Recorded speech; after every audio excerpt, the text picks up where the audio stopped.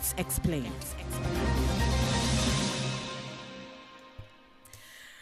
Ghana spends millions of dollars every year importing onions, despite having the potential to produce more locally. In 2024, Ghana officially imported about 549 tons of onions from Nigeria, valued at approximately 349,000 US dollars. But Nigeria is not Ghana's biggest source of onions. Niger supplied Ghana with about 24,557 tons of onions in the same year, worth more than 4 million US dollars. This means the bigger issue is Ghana's dependence on the West African onion supply chain, particularly Niger and Nigeria. Also, playing an important role as a trading and transit route.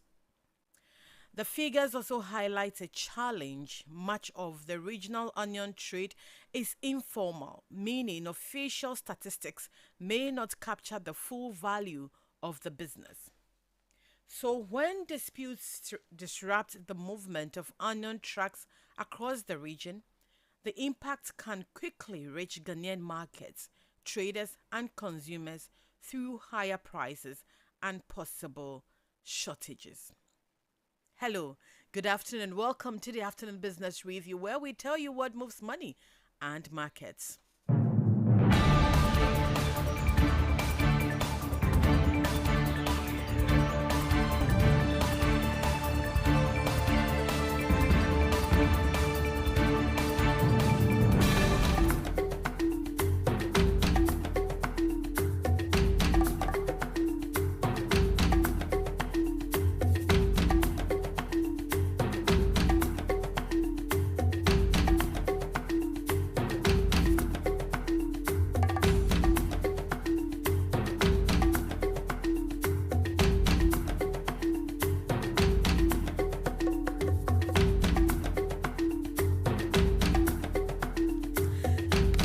Want to know how much crude oil, gold, and cocoa are being sold at the global market? I bet you do. Let's look at how crude oil is being sold per barrel on the global market. Crude oil has increased by $2 and is selling at $83 per barrel. That is up from the $81 per barrel it was sold yesterday. Gold is being pegged at $4,014, and that is up from the $4,414. Sorry, that is how much is being pegged as of right now. That is up from the $4,388 it was sold yesterday. It has increased by price by $26. That's for gold. And cocoa is priced at $5,626 per ton. That is down from the $5,759 it was sold yesterday. So cocoa price has decreased by about $133. That is significant.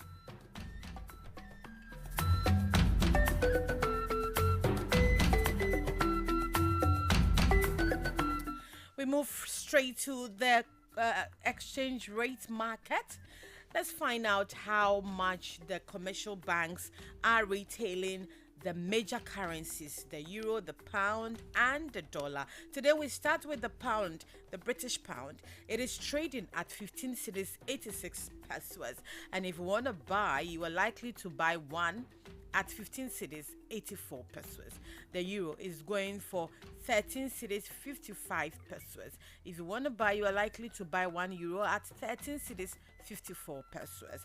The dollar, and I'm talking about the US dollar, the greenback, is being sold at 11 cedis 74 pesos.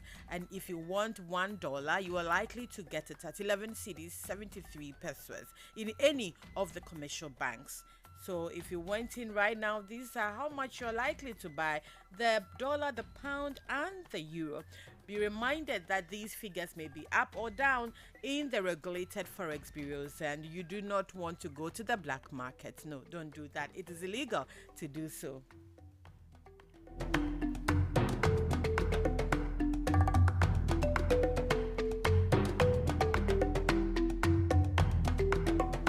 How are your stocks doing on the Ghana Stock Exchange?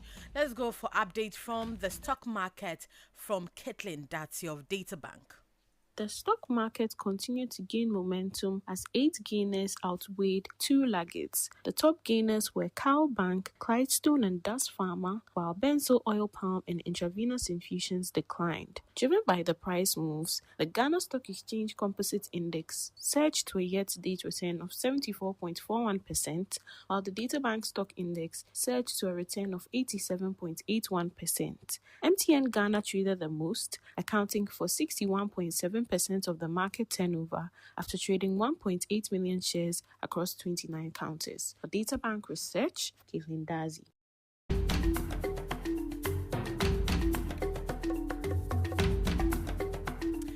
And you are on the afternoon business review on Class 91.3 FM. My name is Oye Ankrah. You want to know the policies that are shaping the economy of Ghana? Some of the policies are shaping your pockets.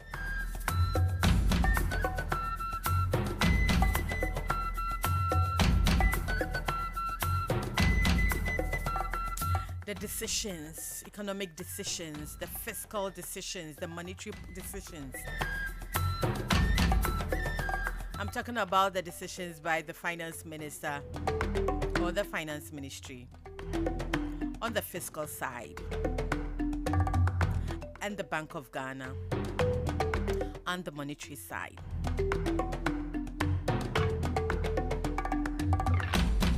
The figures coming in from the Ghana Statistical Service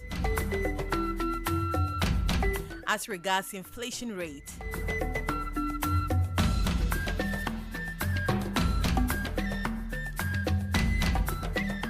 All these decisions affect you and I.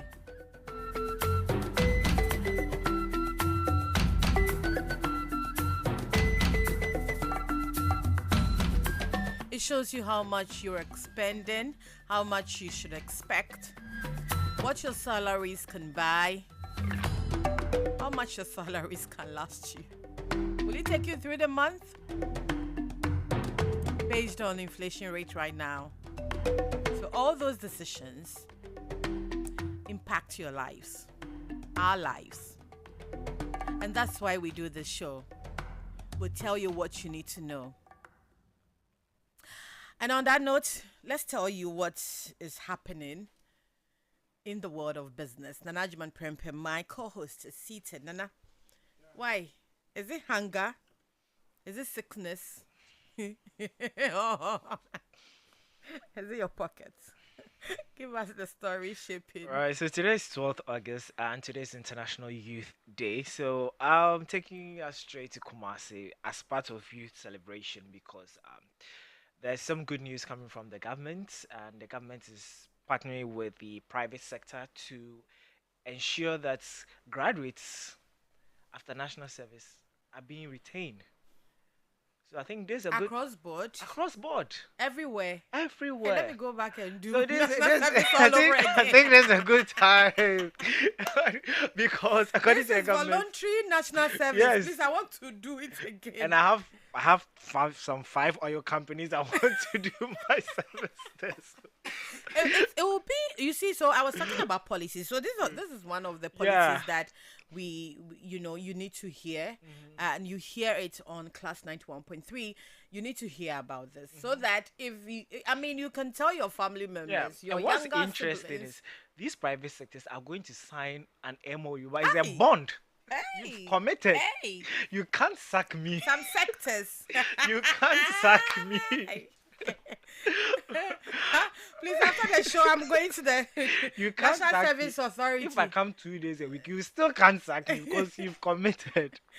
I want to go to the Right. National Service Authority and tell them that I want Mhm. to do another I national think it would service. I want to. encourage more youth because people, I think most graduates right after school are not interested in this whole national service to the nation because they feel like after you're done, they'll just go for printed items. They'll send you to buy food and all. After you're done, okay, thank you for working with us, but I'm going to get value for my printing and my sending and all Yeah. that. Well, I'm sure.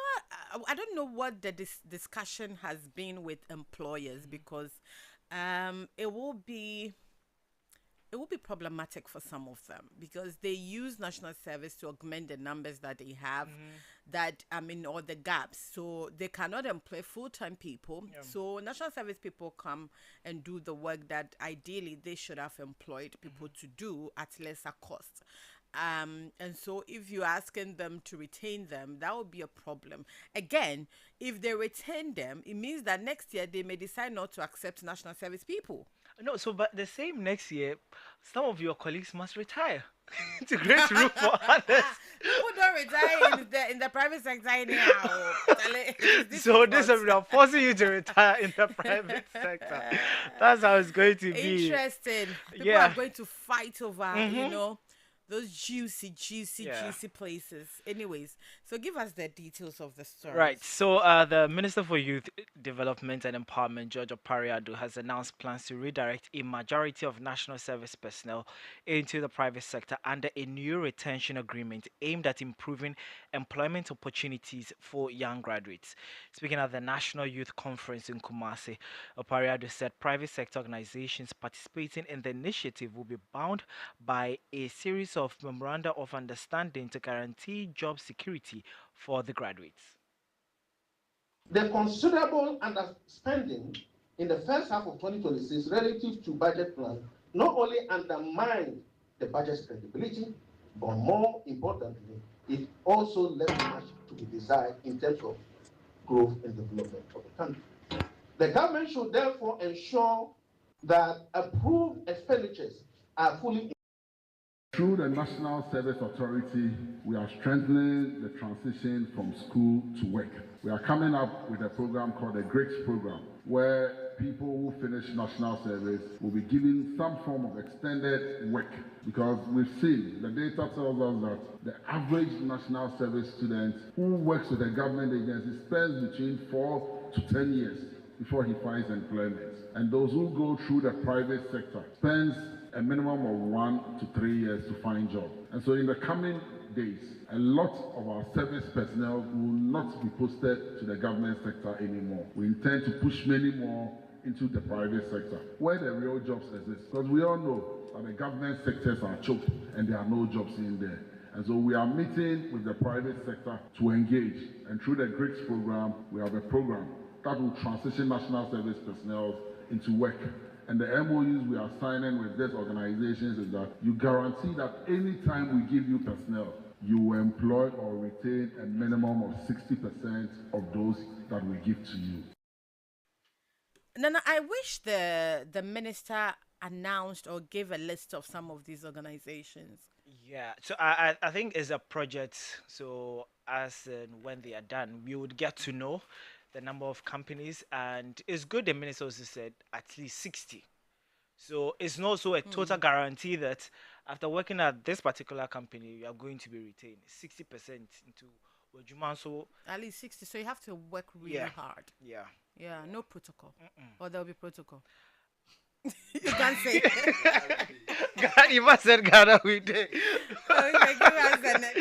Right, so the Institute for Fiscal Studies (IFS) has warned that the implementation of the 2026 mid-year budget is facing serious challenges, citing weak budget execution, unrealistic revenue, and GDP targets, undermining the credibility of government's fiscal plan.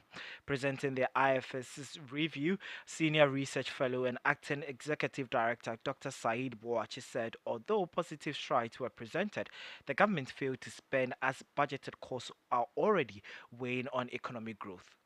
The considerable underspending in the first half of 2026 relative to budget plan not only undermined the budget's credibility, but more importantly, it also left much to be desired in terms of growth and development of the country. The government should therefore ensure that approved expenditures are fully implemented as budgeted, except when genuine revenue and financing constraints prevent this. It is therefore regrettable that the government ignored the financing plan in the budget during the first half of 2026 by accumulating resources in the second fund, something that had not been planned for, creating complications for spending on important items like capital expenditure and arrears payment. Going forward, the government should ensure that financing decisions are consistent with the budget. Dr. Saeed Boache is the Senior Research Fellow and Acting Executive Director at the Institute for Fiscal Studies, IFS. Now, DVLA has disclosed that 75% of drivers operating on ride hailing platforms in Ghana have fake driving licenses. According to its chief executive, Julius Nikwe Kote, the development raises serious concerns about the authenticity of licenses being used by drivers in the ride hailing sector. On the international front, African airlines and their industry representatives have pushed back against attempts to make airlines and passengers pay for government run advanced passenger information and passenger name record systems, insisting that broader security is the responsibility of state. So the African Airlines Association of Southern Africa, and International Air Transport Association said they support the deployment of the AP and PNR systems across continent, but warned that the cost should not be passed on to travelers or carriers through additional charges. So Nana, these are stories shaping both the local and international economies. Let me take you around the continent and we stop first at Namibia because Namibia's central bank has held its key interest rate at 6.75%. Namibia's central bank kept its benchmark interest rate unchanged at 6.75% on Wednesday, that is this morning, saying the decision would help preserve financial stability while supporting domestic economic activity.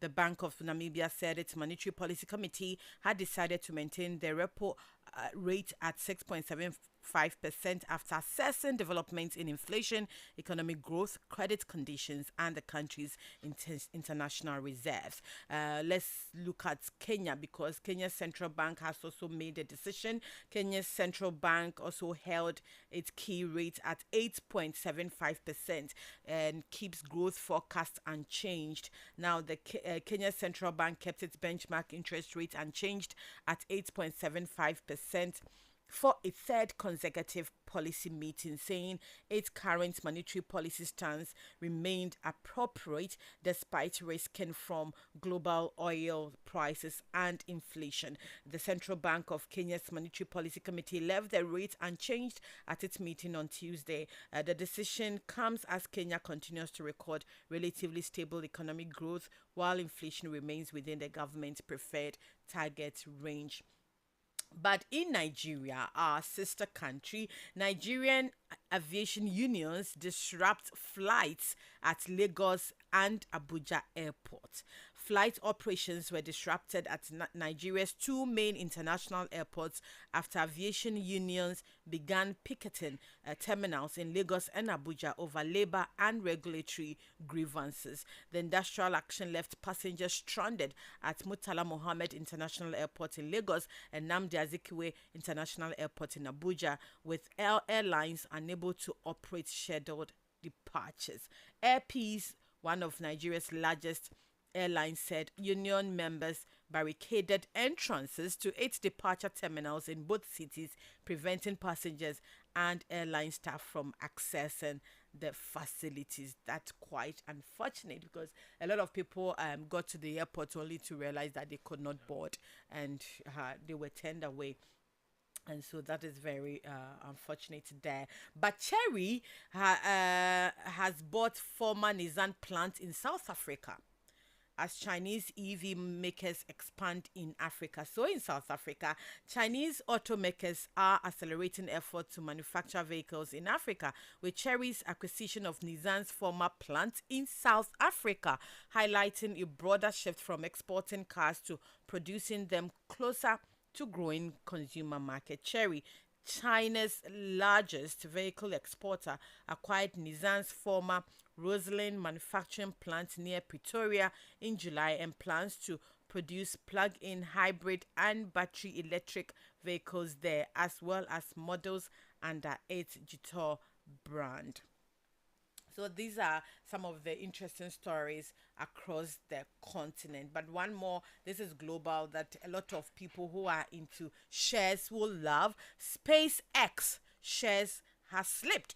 So SpaceX shares slip below $135 IPO price after a brief rally. SpaceX shares fell back below their 135 initial public offering price on Tuesday, ending at $132.10 after briefly, so $132.10 after briefly trading above the level, as broader market weakness offsets optimism surrounding the company's first earnings report as a publicly traded company. The retreat came as the communication services sector recorded the weakest performance in the broader market, and SpaceX conducted another Falcon 9 launch carrying Starlink satellite. So if you have shares in SpaceX, that's some story coming in surrounding your shares.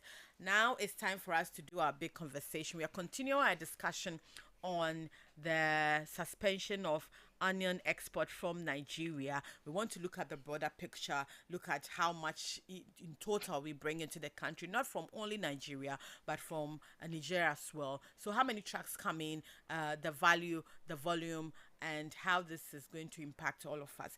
It is quite unfortunate. We will keep on talking until the government hears. I know the government may be aware by now, and very soon you may buy. You know how you struggle to buy tomatoes. You know, maybe we don't want to deal with that situation when it comes to onion, because onion actually is used to augment tomatoes. So if you don't have a lot of tomatoes, you put a lot of onion in the stew and it becomes a lot. So we cannot afford to go through that again. So Najman Prempe is here. He's been digging to get us some information, some statistics here and there. Now, what do you have? Talk us through. Take us item by item, and then give us a breakdown. Right. So now let's start with where we produce and how much does Ghana produce in terms of onion. So according to the Food and Agriculture Organization Corporate Statistical Database, Ghana produces about 148,000 tons of dry onions a year, based on the latest available data. That was 2024. Can you Yes. repeat the figure again, please? So 148,000 tons of dry onions a year, based on the Food and Agriculture Organization Corporate Statistical Database for 2024. And it says that was slightly below the 149,000 tons recorded in 2023.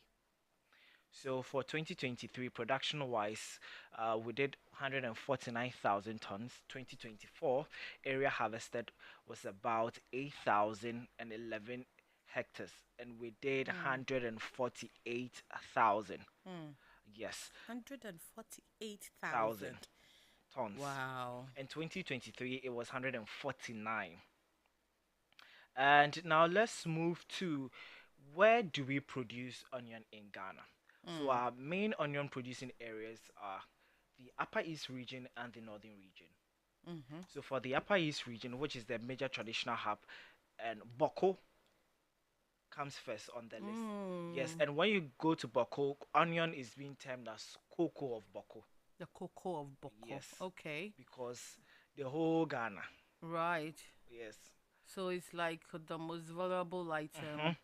Okay, so There. that is what is shaping the economy in Boko. In Boko. Wow. Yeah, so from Boko we will come to Bolgatanga and its surrounding economies, communities, I should say. Which means that if you went to Boko, you'll get onion to buy at very cheap price. Yes, you can get onions for, let's say, maybe, is it a bulb? about 8 ball for like 2 cities, which is which is which is Wow. pretty good. When they bring you here, Yeah, to fuck it's business transportation. we don't have a reliable transportation system, Yes. so I understand. So Upper East, so Bakobo, Gatanga, then moved to the northern region. But there are some other production areas here. So Eastern region, Fantia Kwao, Kwau, Okay. yeah, Okay. Eastern region, yeah. yeah. Central region, we have Mankesim. Volta region, we have Akati, Akachi. Akachi, Akachi. right. Akachi. Akachi. So you have Akachi from Volta region. And Accra, we have Ashaiman. I am shocked. Ah, they produce. Wait, they produce. Yes. They produce onion in Ashaiman. Yes. We have onion farms in Ashaiman. Yes. But really small. Small. Oh, I am so shocked I as well. see. Yes. So is it cheaper there? It's not. It's Accra is Accra. Wow. Accra is Ima, Accra. did you know this? Accra is Accra. We produce onion, Yeah. like we cultivate Yes. onion. But not in large quantities. yeah. Yeah. Ashaiman. Wow, Ashaiman 1, Kaswa 0. Yes. Then we have Bonobrekum and Western region too. So now let's come to how much onion comes in from Nigeria. So just as you said, Nigeria reported exporting 1,553 kg of fresh onions and shallots to Ghana in 2024, which trade value is equivalent to $103,170.